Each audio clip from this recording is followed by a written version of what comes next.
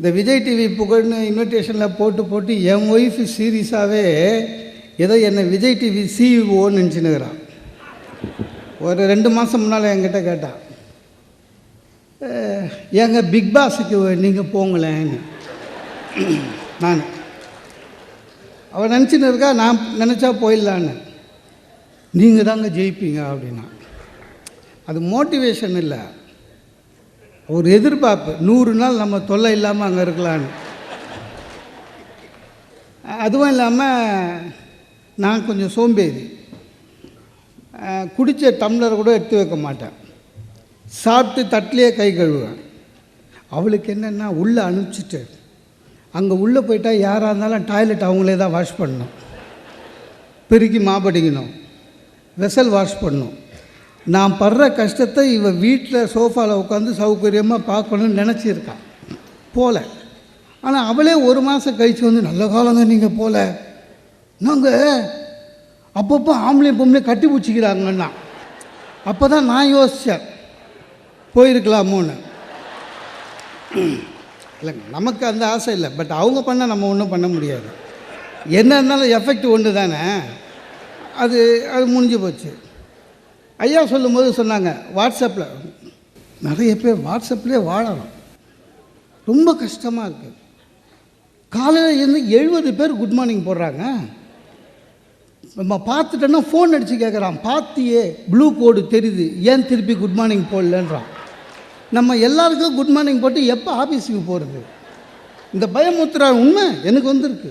வேலைக்கிழமையான பாபா படம் போட்டு 10 பேருக்கு பகிரவும் நல்ல செய்தி வரும்னு போடுறான். இப்போ நமக்கு பகிரலைன்னா ஒருவேளை கெட்ட செய்தி வந்துடுமோன்ற பயத்திலே பகிர்ந்துட்டு லேட்டாக போனேன். வெள்ளிக்கிழமை பத்திரகாளி வந்தது. பாபாவாவது பரவாயில்ல சாப்பிட்டு, பத்திரகாளி 5 பேருக்கு அனுப்பிச்சேன். பத்திரகாளி 15 பேர் அனுப்பிச்சிட்டு ஆஃபீஸுக்கு லேட்டாக போனேன். சனிக்கிழமை அனுமான் 50 பேருக்கு பகிரவும் நல்ல செய்தி வரும்ச்சு. அவர் கோபக்கார மனுஷன். 50 பேருக்கு அனுப்பிச்சிட்டு லேட்டாக போனேன். ஒரே செய்தி தான் வந்தது. தொடர்ந்து 3 நாள் லேட்டாக வந்ததுனால ஒரு லீவு கட்டு, இனிமேல் வந்ததுன்னா சஸ்பெண்ட் பண்ணுவேன்னு ஜிஎம் எனக்கு லெட்டர் அனுப்பிச்சான். சேகர் சார் சொன்னார் என்னை பற்றி டெய்லி என் நம்பர். அது உண்மை தான். என்னுடைய முன்னேற்றத்தில் அவரை விட ஒரு அக்கறையான ஆள் இருக்க முடியாது.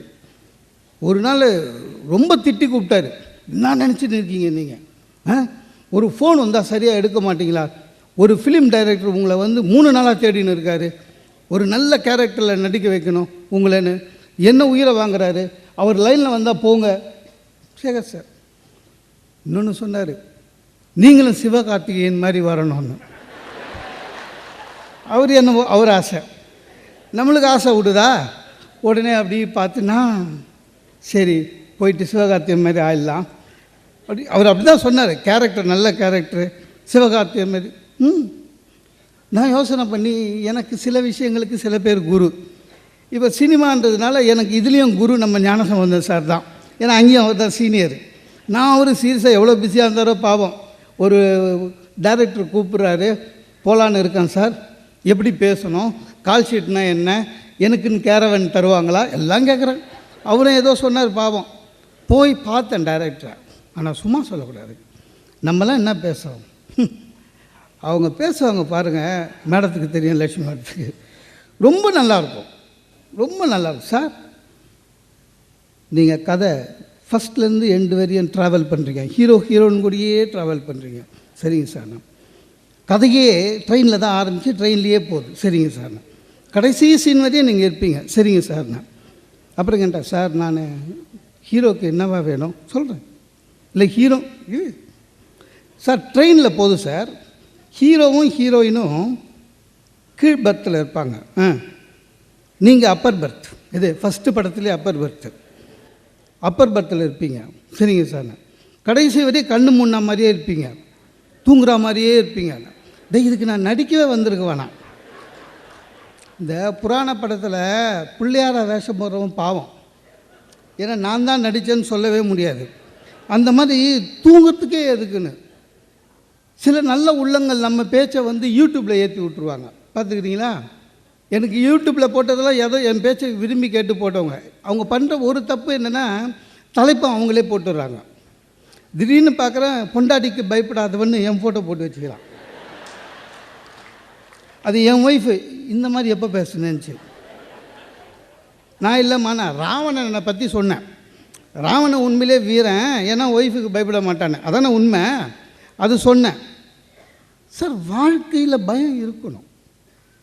ஒரு ஒரு ஒரு ஒரு ஒரு மாதம் முன்னால் ஒருத்தர் பார்த்து சொன்னார், நீங்கள் வெறும் சிரிப்பாகவே பேசாதீங்க, ஒரு நல்ல செய்தி சொல்லுங்கள், மக்களுக்கு செய்தியும் சொல்லுங்கன்னு. அதனால் இந்த நிகழ்ச்சியில் ஒரு செய்தி சொல்லிடுறேன். தயவு செஞ்சு எல்லாரும் ஆதார் கார்டு வாங்கிடுங்க. சில பெரியவங்க ஒத்துக்க மாட்டாங்க. எங்கள் அப்பா ஒத்துக்கவே இல்லை. அதினத்துக்கு கார்டுன்னாரு. வாங்கணும்பா கண்டிப்பான்னு. எனக்கு வானான்னாரு. அதான் ரேஷன் கார்டு இருக்கேன்னு. இல்லை, இது ஸ்டேட் கவர்மெண்ட்டில் கொடுக்குறதுப்பா, ஆதார் கார்டு சென்ட்ரல் கவர்மெண்ட்டில் கொடுக்குறதுன்னு. அப்போ ஒவ்வொரு ஸ்டேட்டும் ஒரு கார்டு கொடுப்பானான்னாரு. இல்லைண்ணா. சரி, அப்போ ஆதார் கார்டில் என்ன கொடுப்பாங்கன்னாரு. ஏன்னா ரேஷன் கார்டு விலை இல்லை எல்லாம் கொடுக்குறாங்களே, அது மாதிரி ஆதார் கார்டில் ஏதாவது கொடுப்பாங்களான்னு. கொடுக்க மாட்டாங்கன்னு. அப்போ எதுக்கு நான் வாங்கணுன்னாரு. அப்புறம் அவர்கிட்ட முடியல. அப்புறம் கட்சியாக சொன்னேன், சொல்லக்கூடாதுப்பா, வாய் தந்து நான் சொல்லிடுறேன், வாங்கிடு. ஏன்னா எப்படி எடுத்து போகிறாங்க நாடுன்னு தெரியல. ஒருவேளை உனக்கு ஏதாவது ஆயிடுச்சுன்னா ஆதார் கார்டு இல்லைன்னா புதைக்க விட மாட்டானுங்க. அப்போ காக்கா குருவிக்கு போட்டுருவீங்களான்னாரு. அதெல்லாம் இல்லைப்பாண்ண. எடுத்துட்டாரு. அப்புறம் அவர் என்ன சொன்னார், இது என்ன பேப்பர் போடுற பையன் மூஞ்சி மாதிரியே என் மூஞ்சி இருக்கேன்னு. அவருக்கு தெரியல, அவன் எல்லா மூஞ்சும் ஒன்றா தான் எடுக்கிறான். ஒரு வாங்கிக்கோங்க. அதே மாதிரி ஆதார் கார்டுக்கு அப்புறம் இந்த டேபிள் மேட்டுன்னு ஒன்று விற்கிறான் சார், அது வாங்கிடுங்க. வாங்கலைன்னா கேஸ் போடுவான் போல. இது டெட் பாடியை தவிர எது வேணாலும் வைக்கலாங்க, அதில் என்ன ஷேப் வேணாலும் வைக்கலாம், அது வாங்கிடுங்க. சார், என்ன பண்ணுறதுன்னு தெரியல. வாழ்க்கையை சிரிப்பாக வைக்கணுமா? ஏன்னா எல்லாத்துலேயும் பயம் வந்துடுச்சு, பயம் ஜாஸ்தியாக போச்சு. அரிசி வாங்குகிறோம், பயமுத்துறான். பிளாஸ்டிக் இருக்கவங்க உஷாராக இருங்கன்றான். நல்ல தண்ணி குடிக்கணும்னு 40 ரூபாய் கேன் கொடுத்தா அவனே சொல்கிறான், பம்பு தண்ணியை சீல் போட்டு கொடுக்குறான்றான். பம்பு தண்ணி குடிக்கிறதுக்கு எதுக்கு 40 ரூபாய் செலவு பண்ணோன்னு நம்ம பம்பு தண்ணி குடிக்கலாம் பார்த்தா சாக்கடை தண்ணி கலந்து இருக்குது, ஜாக்கிரதைங்கன்றான். சார், தர்பூசணி பழம் வாங்க முடியலங்க, கருப்பி விட்டானுங்க. இந்த வாட்ஸ்அப்பில் சொன்னேனே, ஆமாம், எங்கள் ஏரியாவில் கத்திரிக்காய் விலை ஜாஸ்தி, பச்சை தமிழனாக இருந்தால் பகிரவும்னா. ஏன்டா கத்திரிக்காய் விலை ஜாஸ்தி தான், வெண்டைக்காய் சாப்பிடு, அதுக்கு ஏன் நான் பகிரணும்? இது பரவாயில்லைங்க, இது பரவாயில்ல. மூட நம்பிக்கையை வளர்க்குறதுலாம் ரொம்ப தப்பு. இந்த தமிழ் புத்தாண்டு போச்சுங்களே, எவனோ ஒருத்தன் என் தங்கச்சி அவங்க ஏரியாவில் வாட்ஸ்அப்புக்கு வந்துட்டு இருக்குது, இந்த தமிழ் புத்தாண்டு ஆம்பளைங்களுக்கு உயிருக்கு உத்தரவாதம் இல்லை, அதனால் மனைவிகள் எல்லாம் வீட்டில் 3 நாளைக்கு அகல் விளக்கு ஏற்றுங்கன்னு அவளுக்கு போயிருக்கு தங்கச்சிக்கு. அது அண்ணன் வீட்டுக்கு சொல்லணுமேனு என் ஒய்ஃபுக்கு ஃபோன் பண்ணிடுச்சு. என் பொண்ணை எடுத்து வச்சுது. யார் என்ன? உங்கள் தங்கச்சி அப்படின்னு. என்ன சொன்னான்? அதுக்கு உன் தங்கச்சிக்கு வேலை இல்லை, வேலை விடு அப்படின்னு. இல்லை என்ன தான் சொன்னேன். அது என்னவோ இந்த தமிழ் வருஷம் வந்து ஆம்பளைங்களுக்கு சரியில்லையா, அதனால் அகல் விளக்கு ஏற்றணுமா, இல்லைன்னா உயிருக்கு ஆபத்தாச்சு. அப்படி வச்சுட்டு போகலாம் சார் கிச்சனுக்கு. எனக்கு இவ ஏற்றுவாளா இல்லையா பயமாக இருக்குது.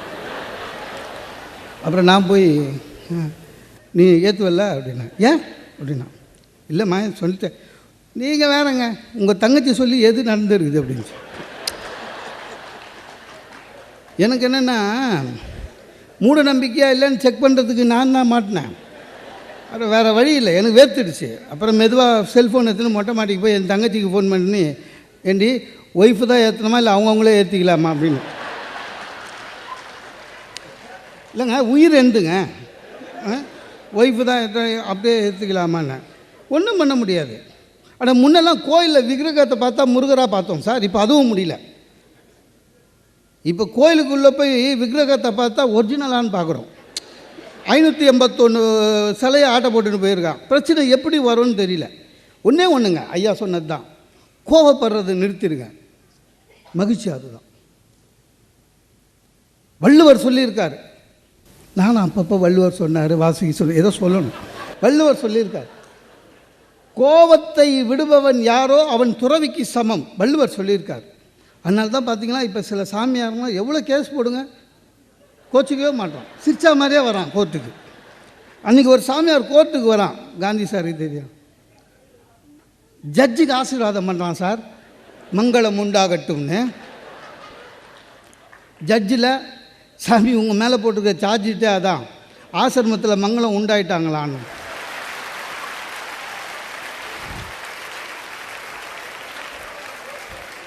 லட்சுமி மேடத்துக்கு காசு தான் கடவுளை ஞாபகம் வரும். அதுக்கப்புறம் சிரித்து முடிச்சு ஜாமீன் வாங்கிட்டு போயிட்டு வரேன்னாரு. சாமியார் அப்பவும் விடலை. ஜட்ஜு, சாமி உங்களுக்கு தெரியாதது இல்லை, ஜெயிலுக்கு கோர்ட்டுக்கு வந்தால் போயிட்டு வரேன்னு சொல்லக்கூடாது. சாமியார் சொன்னார், உங்களுக்கு தான் என்ன தெரியல, மொத்தம் 17 கேஸ் இருக்குது, வந்து போகிற இடம் தான். ஆமாம், எது வேணாலும் நடக்கும், எப்போ வேணாலும் நடக்கும், நம்ம தான் உஷாராக இருக்கணும், எதுக்குமே கவலைப்படக்கூடாது. கவலைப்பட ஆரம்பித்தோம்னா இந்த உலகத்தில் கவலையாக தான் இருக்கணும். சார் புது படம் டிவியில் உத்து பார்த்துன்னுக்கிறோம், நல்ல படம். சில படம்லாம் இப்போ தேட்டருக்கே வர மாட்டுது, நேரத்தை டிவிலே போட்டுடுறானுங்க, வந்து தான் தெரியல தேட்டரில். புது படங்க ஓடினுக்கிட்டு பார்த்துக்கிட்டே இருக்கேன், திடீர்னு ஸ்க்ரோலிங் போகுது. என்னடானா பாரத பிரதமர் 9 மணிக்கு நாட்டு மக்களுக்கு உரையாற்றுகிறார்னு பக்குன்னு ஆயிடுச்சு. உள்ளே போய் பீரோ திறந்து இருந்த 2000 ரூபாலாம் எடுத்து,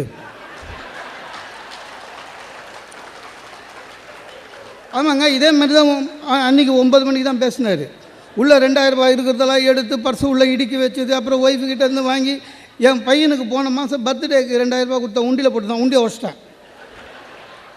அவன் பையன் சொல்கிறான், என்னப்பா குத்தா மாதிரி குத்து பிடுங்குறியண்ணா, அவரே அதான்டா செய்ய போகிறாரு சுமார் அப்படின்னு சொல்லி எல்லாத்தையும் எடுத்து போய் ஏடிஎம்மில் போட்டு வந்தேன். இல்லை அது அன்றைக்கி அது சொல்ல வேறு சொன்னார். பிரச்சனை எங்கேருந்து வருதுன்னு தெரியாது, ஆனால் எப்போவுமே பிரச்சனையை எப்படி கையாளணும்னு தெரிஞ்சுக்கங்க, நீங்கள் வாழ்க்கையில் வெற்றி பெறுவீங்க, அதான் முக்கியம். சார் திடீர்னு போன மார்ச் 8ஆம் தேதிங்க திடீர்னு என் ஒய்ஃபு ஆஃபீஸில் என்ன பண்ணிட்டானுங்க, பெஸ்ட்டு விமன் ஆஃப் த இயர்னு என் ஒய்ஃபுக்கு அவார்டு கொடுத்துட்டான். ஒரு வார்த்தை என்ன கேட்கல.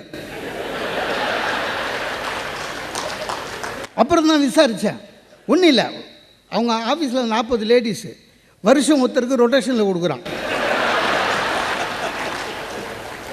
ஏன்னா 40 வாங்கிட்டு 40வது 2வது வர்றதுக்குள்ளே ரிட்டையர் ஆகிடுங்க. சரியா, அது கொடுத்தவனுக்கு வெறும் சர்டிஃபிகேட் கொடுத்துட்டு இருந்தால் பரவாயில்லைங்க, ஒரு புத்தர் சிலையை கொடுத்துட்டு அனுப்பிச்சிட்டான். அவன் வீட்டுக்கு எடுத்துன்னு வந்துட்டான். எங்கள் அம்மா என்னது இதுனாங்களாம், பெஸ்ட்டு விமன்னு எனக்கு அவார்டு. எந்த மாமியாராவது ஒத்துப்பாங்களா சார் மருமகளை பெஸ்ட்டு விமன்னு? சரி, எங்கள் அம்மாவுக்கு சண்டை எப்படி ஆரம்பிக்கிறதுன்னு தெரியல. டக்குன்னு நம்ம நாங்கள் இது நான் கையில் புத்தர் வீட்டுக்குள்ளே இருக்கக்கூடாதுன்ட்டாங்க எங்கள் அம்மா. ஒன்றும் இல்லை, அவார்டு வாங்கிறது பிடிக்கல, புத்தர் வீட்டுக்குள்ளே இருக்கக்கூடாதுன்னு. ஏன்னா எனக்கு தெரியும் புத்தர் வீட்டில் இருந்தால் வீடு விளங்காதுன்றாங்க எங்கள் அம்மா. நான் போய் நடுவில் மாட்டினேன். இது சண்டை போடுது, அது சண்டை போடுது. எங்கள் அம்மா சொல்கிறாங்க, எங்கள் அம்மாவுக்கு புத்தரை பற்றி தெரியாதுங்க. எங்கள் அம்மாவுக்கு தெரிஞ்ச புத்தர் யாருன்னா, நடு ராத்திரியில் மனைவியையும் குழந்தையும் விட்டு போனவர், அவ்வளோதான் எங்கள் அம்மாவுக்கு தெரியும். நான் அவங்கக்கிட்ட உட்காந்து புத்தர் போதி மரத்துக்கு போனார், அது கீழே தான் உட்காந்தார், அங்கே தான் ஞானம் கிடச்சிது, 8 பேருண்மைகள் சொன்னார், இதெல்லாம் சொல்ல முடியாது. எங்கள் அம்மா ஒத்துக்க மாட்டாங்க. ஒரே இவன் உடனே குதிக்கிறான், எனக்கு இந்த வீட்டில் எனக்கு ஒரு உரிமை இல்லையா, என் புத்தரை இங்கே வைக்கக்கூடாதா? இவர் எங்கள் அம்மா சொல்கிறாங்க, பார்த்தியாடா நான் சொன்னது சரியாச்சா, புத்தர் வந்து சண்டை பார் அப்படின்னாங்க. ஆரம்பித்து வச்சுதான் அவங்க தான் புத்தர் வந்து சண்டை பார். கட்சியாக ஒரு வழியாக நானே சொன்னேன், இங்கே இவங்களுக்கு புத்தர் அருமை தெரியல, உன் அருமைன்னு தெரியல, நீ ஆஃபீஸில் உன் டேபிளில் வை, போகிற வரவெல்லாம் புத்தரை பார்ப்பான், நீ தான் பெஸ்ட்டு விமன் போ. அட்ஜஸ்ட் பண்ண வாழ கற்றுக்கணும் சார். சில பேர் ரொம்ப கஷ்டப்படுத்துவாங்க, கூட இருக்கிறவனே நமக்கு எதிரியா நண்பனான்னு தெரியாது. நம்ம எந்த அளவுக்கு நேசிக்கிறோமோ, நம்ம எந்த அளவில் இருக்கிறோமோ அவனும் அந்த அளவில் இருப்பான்னு சொல்ல முடியாது. ஏன்னா சில சமயம் இருக்கான், இந்த சினிமா பார்க்கும்போது சார் சொன்ன மாதிரி சினிமா பார்க்கும்போது கூடவே கதை சொல்கிறவன் இருக்கான், இல்லைன்னா எதிர்த்து கமெண்ட்டு சொல்லுவான். சார் என் ஃப்ரெண்டு கூட போனேன், ஏன் போனேன்னு அப்புறம் தான் ஆயிடுச்சு. ஒரு சினிமாவில் ஒரு சீனு 200 ரூபா டிக்கெட்டுங்க, ஒரு சீனு நல்ல பிரம்மாண்டமான சீனு, மழையில் ஹீரோயின் ஆடுது டான்ஸ். இப்போ ஹீரோயின் உண்மையான டான்ஸ் ஆடுறதே பார்க்குறதே பெரிய விஷயம் இல்லையா? ஏன்னா ஒரு காலத்தில் உண்மையிலே டான்ஸர்ஸ் ஆடிருந்தாங்க, அந்த கதாநாயகிகளுக்கு டான்ஸு தெரியும், அதை பார்க்கலான்னு ஆசையாக பார்க்கும்போது பக்கத்தில் நம்ம பாக்கியராஜ் சார்லாம் ஆடுவாங்க, அப்புறம் அந்த தமாஷா பார்த்துட்டு அதை விட்டுருவோம். இது அந்த பொண்ணு ஆடுது, இவன் சொல்கிறான், நீ வேணா பாரு இன்னும் 3 மாதத்தில் இந்த அம்மாவுக்கு வெரிகோஸ் வெயின் ப்ராப்ளம் வரும்ன்றான். என்னடானா, ஆமாம் எனக்கு தெரியும், நான் வாஸ்குலர் சர்ஜன் தான். அதாவது எதுக்கு எதுன்னு தெரியாமலே வாழ்க்கையில் வாழலாம். சில பேருக்கு மட்டும் வாழ்க்கையை இன்பமாக எப்படி கொண்டு செல்ல வேண்டும்னு தெரியாது, எப்படி பிரச்சனை. சில பேர் வாயால் மாட்டுவான் சார், சில பேர் செய்கையால் மாட்டுவான். சார் கூப்பிட்டா எங்கே வேணாலும் வராங்க, கூட வராங்கன்றதுக்காக ஒய்ஃபை எல்லா இடத்துக்கும் கூட்டின்னு போகக்கூடாது.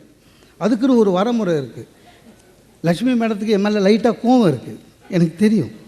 ஏன்னா வந்து நின்ன உடனே என்கிட்ட சொன்னாங்க, உங்களுக்கு கல்யாணம் ஆகிடுச்சில்ல, ஏன் அப்படி பேசுகிறீங்க அப்படின்னாங்க. அதாவது எது எது என் ஃப்ரெண்டு ஆஃபீஸுக்கு இட்டு போயிட்டான் ஒய்ஃபை. ஆஃபீஸில் ஃபங்க்ஷன் நடக்குது, அங்கே போய் கூட்டும் போகிறதுன்றது ஒன்று. இன்னொரு ஆஃபீஸ்லலாம் கூட்டின்னு போகக்கூடாது. அந்த அம்மா வந்தது உள்ளே, இவன் பார்த்தியா எனக்குன்னு எவ்வளோ பெரிய நல்ல ஒரு ரூமு சரின்னுச்சு. அப்புறம் இப்படி பார்த்தா இவன் சீட்டு எதிர்க்க ஒரு பொண்ணு பளிச்சுன்னு, இந்த அம்மா விட அழகா. அது யாருன்னா சௌமி அப்படின்னா. சௌமின்னு ஒரு பேரா? இல்லை சௌமினி, நான் சௌமின்னு கூப்பிடுவேன்.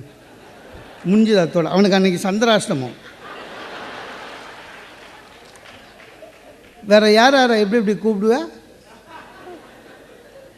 அப்படி கம்ப்யூட்டர் ஸ்க்ரீனை பார்த்தது. அப்போ தான் அவன் 10 நிமிஷத்துக்கு முன்னால் இந்த கம்ப்யூட்டரில் சீட் ஆடுவீங்களா, அது வச்சுருந்துக்கிறான். நான் வீட்டிலேருந்து ஃபோன் பண்ணும்போதெல்லாம் பிஸியாக இருக்கேன்னு சொல்லுவீங்களே, இதானா அப்படின்ச்சு. சந்திராஷ்டமம் உச்சியில் இருக்குதுன்னு அர்த்தம். கடைசியாக அன்றைக்கி முழுசாக சந்திராஷ்டமம் சார் அவனுக்கு. கடைசியாக கூட்டி போய் கேன்டீனில் நிற்க வச்சான். இங்கே பார்த்தியா கேன்டீனில் இவ்வளோ நல்ல கேன்டீன் இருக்குதுன்னு நீங்கள் சொல்லவே இல்லையே, இது தெரியாமல் நான் வந்து உங்களுக்கு டெய்லி அலாரம் வச்சு எழுந்து சாப்பாடு பண்ணி கொடுத்தேன். அதோட முடிஞ்சுதான் அவன் வாழ்க்கை. சார் அப்படி தாங்க, நான் அதிலலாம் உஷார். முதல் ஒரு வாரம் திருமணம் ஆகி முதல் ஒரு வாரம் அவங்க கையால் சாப்பிட்டேன், முடிவு பண்ணிட்டேன். அந்த முதல் ஒரு வாரம் லீவ் முடிஞ்சோடனே ஆஃபீஸுக்கு போகிறேன். உங்களுக்கு எதுனா சாப்பாடு ஒன்றும் வேணாம், எங்கள் ஆஃபீஸ் கேன்டீனில் சாப்பிட்டுக்கிறேன்னு. ஒரு உண்மை தெரியுமா, எங்கள் ஆஃபீஸில் கேன்டீனே இல்லை. பரவாயில்ல, அதை அட்ஜஸ்ட் பண்ணிக்கலாம். ஆனால் நமக்கும் சில வாயில் வாஸ்து இல்லாத நாள் வரும். சார் சர்க்கஸுக்கு போனேங்க.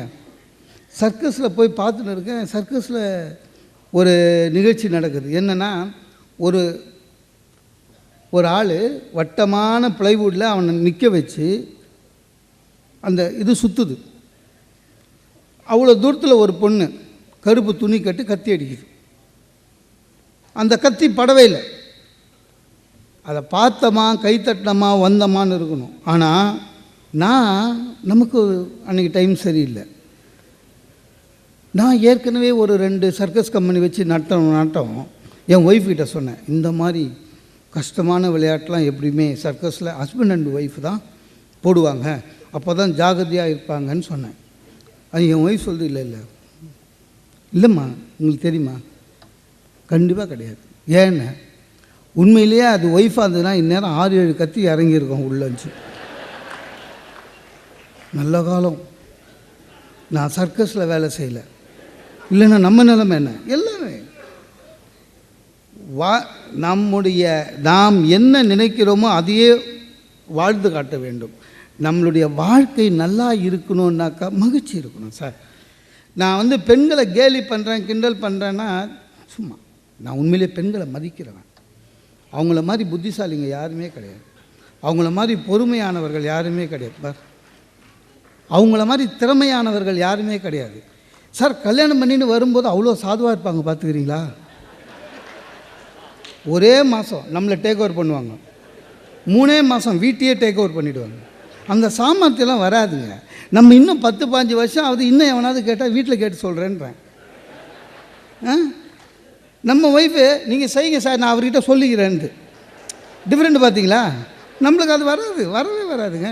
சார் மாமியார் மருமகள் சண்டை வருது, மாமனார் மருமகள் சண்டை வருதா? வராது. ஏன்? 2 அடிமை ஜாதி, 2 அடிமைகளுக்குள்ள சண்டை என்றைக்குமே வராது. சார் பையன் கல்யாணம் பண்ணின்னு போகிறான் பொண்ணு வீட்டுக்கு, மாமனார் இப்போ காலில் விழுந்து எழுந்துக்கிறான், பலபலன்னு தண்ணி மாமனாருக்கு. ஆனந்த கண்ணீர்னு இவன் நினச்சான், இல்லை அது ஆம்பளை கண்ணீர். அட பாவி, யார் பெற்ற பிள்ளையோ, பரவாயில்ல வா, ஒரு சக அடிமையை பார்க்குற மாதிரி, இதுவரை நான் தான் கஷ்டப்பட்டேன், நீயும் வா. இந்த பூம்பு மாடு கூட்டி போகும்போதுங்க கூட கண்ணுக்குட்டியும் கூட்டி போவாங்க, பார்த்துக்கிறீங்களா? ஏன்? இந்த மாடு எப்படி தலையாட்டுதுன்னு சின்ன மாடு பார்க்கும், அது கற்றுக்கும். அந்த மாதிரி எந்த மாப்பிள்ளையை நம்பிடலாம் சார், மருமகளை நம்ப முடியாது. ரொம்ப உஷாராக இருக்கணும். மாப்பிள்ளையை நம்பி நம்ம வீட்டு ஃபங்க்ஷனுக்கு கூட்டி போகலாங்க. ஒரு கல்யாணமா, வாங்க மாப்பிள்ளைன்னு சொன்ன மாதிரி தெளிவாக நம்ம வாங்கி கொடுத்த சஃபாரி சூட்டை போட்டுப்பான், கூட வருவான், ஒரே இடமா உட்காருவான். இந்த கிளப்லெல்லாம் பவுன்சர் இருக்காங்களே அந்த மாதிரி ஒரே இடமா உட்காருவான், முதல் பந்தி சாப்பிடுவான், நேராக கூட்டி போனாக்கா ஃபோட்டோவுக்கு நிற்பான். வெளியில் வரும்போது அவனையும் ஒரு கணக்கு காமிச்சு தாங்க போய் வாங்கிட்டு வந்துடலாம். ஆனால் மருமக பாருங்கள், கல்யாணத்துக்கு கூட்டி போனோம்னா உள்ளே நுழையும் போது பார்த்திங்கன்னா சிவனடியார் மாதிரி வருங்க. அது நுழைஞ்சவொன்னே அந்த கும்பலை தீவிர மாதிரி உள்ளே போய் என்ன பண்ண முடியும்? எதுவாக இருந்தாலும் ரொம்ப பெண்களை வணங்குகிறேன். அவங்கள மாதிரி பொறுமைசாலி யாரும் கிடையாது. அந்த பொறுமை ஆண்களுக்கு இருக்கவே இருக்காது. என்னைக்காவது ரிமோட்டை ஆம்பளை கிட்ட குத்து பாருங்க சார், 5 நிமிஷம் மேலே ஒரு சேனலில் இருக்க மாட்டான், அப்படி இப்படி இப்படி. ஆனால் லேடிஸ் அப்படி கிடையாது. அதை 10:30 மணிக்கு போட்டு வச்சுதுங்கன்னா சேனல்காரனை மூடிட்டு படுமா அப்படின்னு. அந்த பொறுமை நமக்கு கிடையாது. நம்ம எது சார், லுங்கி என்னைக்காவது இல்லை, ஆண்களை சொல்கிறேன், லுங்கி என்னைக்காவது கழட்டி மடித்து அழகாக போட்டிருக்குமா? இல்லை. சில பேரில் ரொம்ப அநியாயம். ஒய்ஃப் ஊரில் இல்லாத போது பாருங்கள், கழட்டி அந்த ரவுண்டில் அப்படியே விட்டு ஆஃபீஸ் போயிடுவான். சாயங்காலம் வந்து ரவுண்டு உள்ளே எழுந்துட்டு அப்படியே ஏற்றுப்பான். பெண்கள் அப்படி இல்லை. பெண்கள் பொறுமைசாலி, ரொம்ப பொறுமைசாலிங்க, ரொம்ப திறமையானவர்கள். நேரத்தை எப்படி பயன்படுத்தணும்னு பெண்களை கேளுங்க சார், சொல்லுவாங்க. நம்மளாலலாம் முடியவே முடியாது. நேற்று வச்ச நெயில் பாலிஷுங்க, நேற்று தான் வச்சது. நேரத்தை எப்படி பொண்ணாக பயன்படுத்துகிறாங்க பாருங்கள். நெயில் பாலிஷ் நல்லா இருக்குது, 25 நிமிஷம் ரிமூவ் வரும், 25 மினிட்ஸ். அதுக்கப்புறம் அடுத்த 30 நிமிஷம் புது கலர், அதை 20 நிமிஷம் ஊதுறான் ஃபூ ஃபூ ஃபூன்னு. நம்மளால் முடியவே முடியாது. குழந்தைக்கு கூட அவ்வளோ ஊதி சாதம் போட்டு நான் பார்த்ததில்லை. அந்த நகத்தை எப்படி நம்ம சும்மா வேகமாக போகிறது வர்றதோடு சரி. அதே மாதிரி எவ்வளோ புத்திசாலிங்க நீங்கள் பாருங்கள் சார். குழந்தை வளர்ந்தவுடன் ஒரு 10 வயசு வந்துச்சுன்னா அந்த பையன் மூளையில் ஏற்றிடுவாங்க, என்ன அவனை கஷ்டப்பட்டு வளர்க்குறது அம்மா தான். பையனே அப்படி தான் நம்புகிறான்.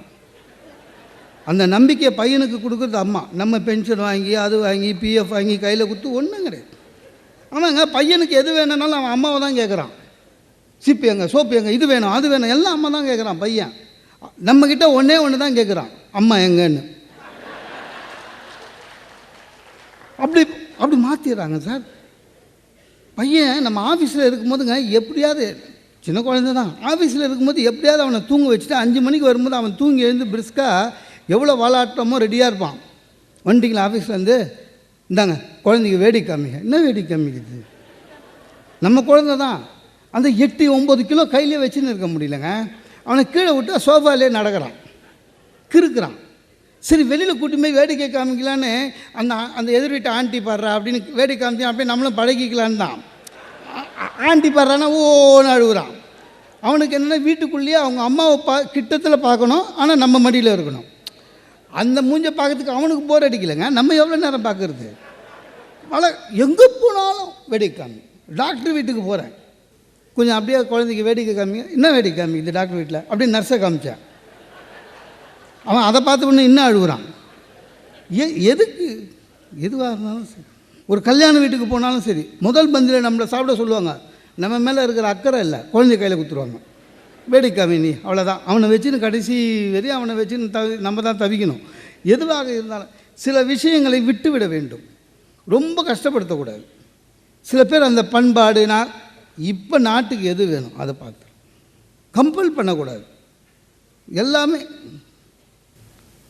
ஒரு காலத்துலலாம் எப்படி இருந்தது, இப்போ எப்படி மாறிச்சு, அட்ஜஸ்ட் பண்ணிட்டு போக வேண்டியது தான் சார். பொண்ணு அழைப்புன்றது, பொண்ணு கல்யாண வீட்டில் பொண்ணு அழைப்புன்றது கோவிலேருந்து பொண்ணு ரிசப்ஷனுக்கு வந்துடுச்சு. இப்போல்லாம் மாறி போச்சு இல்லை. இப்போ பியூட்டி பார்லர்லேருந்து தான் பொண்ணு வருது. 30,000 ரூபா மனசு வந்து செய்கிறாங்க பெற்றோர்கள், தப்பு இல்லை. அவங்களுக்கும் தம் பொண்ணை ஒரு நாளாவது அழகாக பார்க்கலான்னு ஒரு இன்ட்ரெஸ்ட் தான், செஞ்சு முடிச்சிடுறாங்க.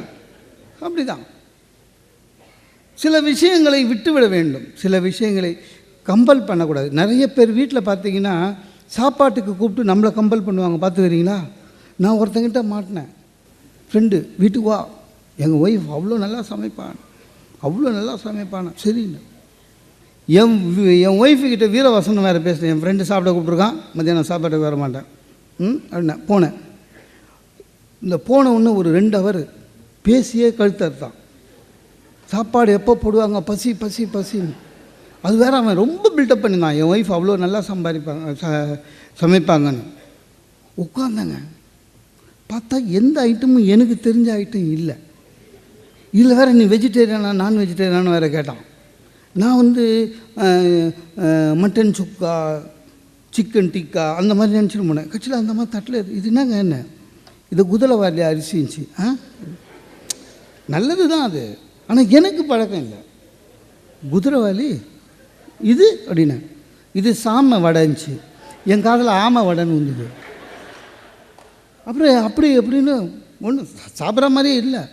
கடைசியாக சரி ரசம் ஏதாவது சாப்பிட்டாது ஓடிடலான்ட்டு ரசம் இருக்கே அப்படின்ச்சு. என்ன ரசம், என்ன கொள்ளு ரசம் இருந்துச்சு. எனக்கு வீட்டில் இருக்கிறமா குதிரை லாயத்தில் இருக்கிறமா, நீங்கள் சாப்பிடுங்க, விருந்தாளிக்கு முதல்ல சொல்லிவிடுங்க, என்ன இது மாதிரி பண்ண போகிறேன் இஷ்டம் தான்வான்னு. கட்சியில் பசியிலே என் வீட்டுக்கு ஃபோன் பண்ணி என் ஒய்ஃபு சாப்பிட்டீங்களா அப்படின்ச்சு. இல்லடி என் ஃப்ரெண்டு சின்ன மாமனார் செத்து போயிட்டாருன்னு போயிட்டான், நான் வீட்டுக்கு வரேன், ரசமும் துவையலும் கொஞ்சம் வச்சு வை, வேறு வழி கிடையாது, கம்பல் பண்ண